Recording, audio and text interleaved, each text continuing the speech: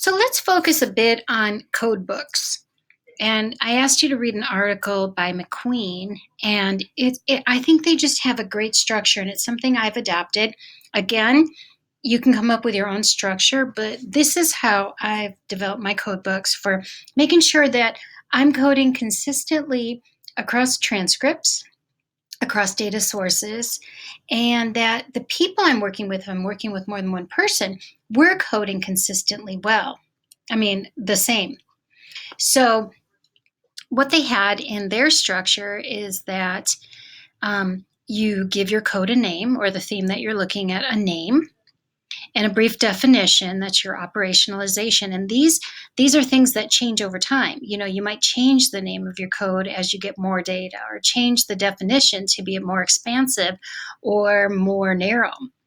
So you have to think about, what are your exclusion criteria? What are your inclusion criteria? And then it's really good to have examples from their data in your codebook, so that if somebody else were to take your codebook, they could say, oh, okay, I see that they coded this quote as being a certain code. And that gives me an idea of what other things they would look for there, what they're thinking about. So I'll give you some examples in a little bit. So in terms of really developing a code book, especially in a team, that if you're working in a team, and I completely suggest people work in a team, because it's really difficult to code things, to get the meaning, and feel like you're doing justice to a project if you're doing it by yourself. So it's really good to have other perspectives help keep you in line and allow you to really think, am I digging deep enough? Am I bringing in my own biases, my own background? Am I really listening to the data? So you want to name a team leader who will develop your codebook. Start to develop your initial codebook and keep a master codebook up to date. So what I've done is that if there's multiple transcripts and I'm working with multiple people, we'll assign a set of the transcripts, or part of the transcripts, or a number of questions, like I've done with you with the quality of life information, for the individuals to read through on their own and start to analyze with tentative coding labels. And that's what you've been doing. But let's say that we were meeting as a team. So the team comes together to discuss the coding and then start to achieve consensus. So if you had some codes and I had some codes, we might say, oh, those seem to be similar. Like if I said family and you said relationships, we could discuss that and see, is family the code that we want to look at, or are we looking at full out relationships, or do we want both, or do we want just something else? So we come to some sort of consensus of what we're seeing in these first few responses or transcripts that we're seeing. So from there, we can start developing our initial codebook, where we start developing that grid, which I've asked you to work on, and incorporate these agreed upon codes, the definitions, the criteria, and some examples, so that we can keep working with more and more data. And again, this is just an opening. It's not written in stone, and it evolves over time. So after doing it once, we assign more transcripts.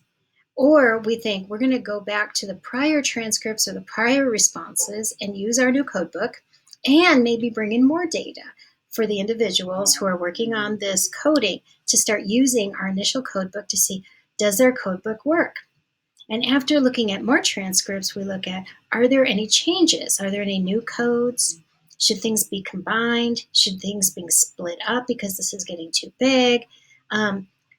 What kind of notes can we add into our codebook? So we might meet again.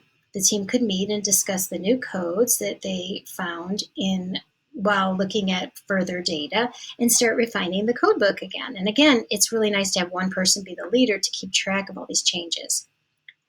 So you continue doing this until you feel like you're not really seeing any more codes. And then you might go back and recode everything, or you might feel that, okay, we've done this really well. And then you can start thinking about, how, if I gave this to somebody else, or if I said, let's code 10% of our information and see how well we code to get consistently using our code book, without chance? Can we say that we're reliably using our code book and reading the codes and knowing the definitions and applying them to what we're reading in our transcripts to say that we have reliability, that our code, that our project and our findings are dependable? That is really helpful in terms of noting that we have rigor in how we analyzed our information.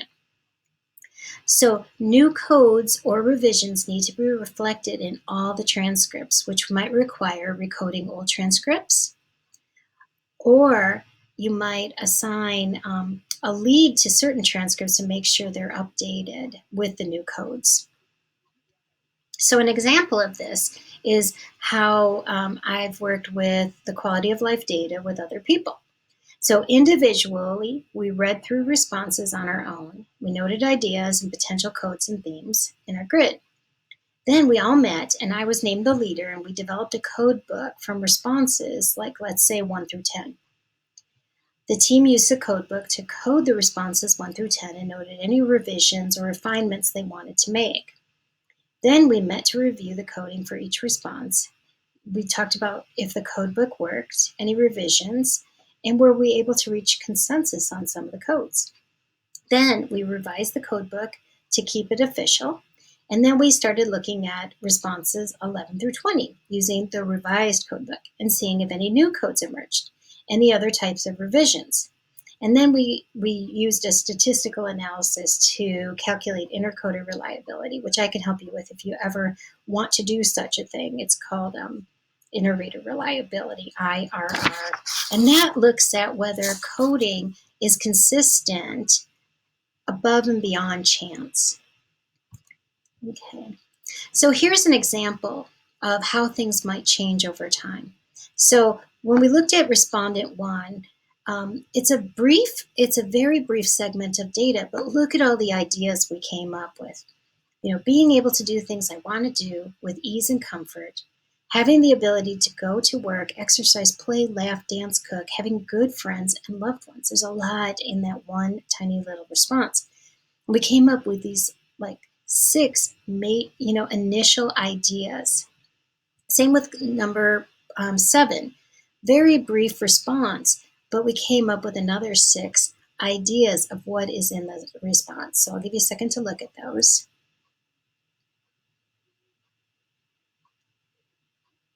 And then as we were working together, we actually were able to discuss, what are we seeing? What do we all see? And from our discussion, we were able to bring it down to 4 different codes for that first response. Instead of able to do things, we had able to function, which included caring for self, and able to work. Then there was this idea of choice, relationships with others, and doing things enjoyed. And you see, in response 7, we brought it down to 4 also, and we were able to actually use one of the codes that we had from response 1, relationship with others, and we had other codes that we saw. So we're creating this code book, and here's how the code book looked with that grid based on just responses 1 through 10. You see able to function with a definition, examples from the data, and some notes about it. What are we thinking? What does it include? And you can see this across different codes that we saw from those first 10 responses. So I'm going to stop here right now, and then we'll continue with another example from some other work I've done with even more responses.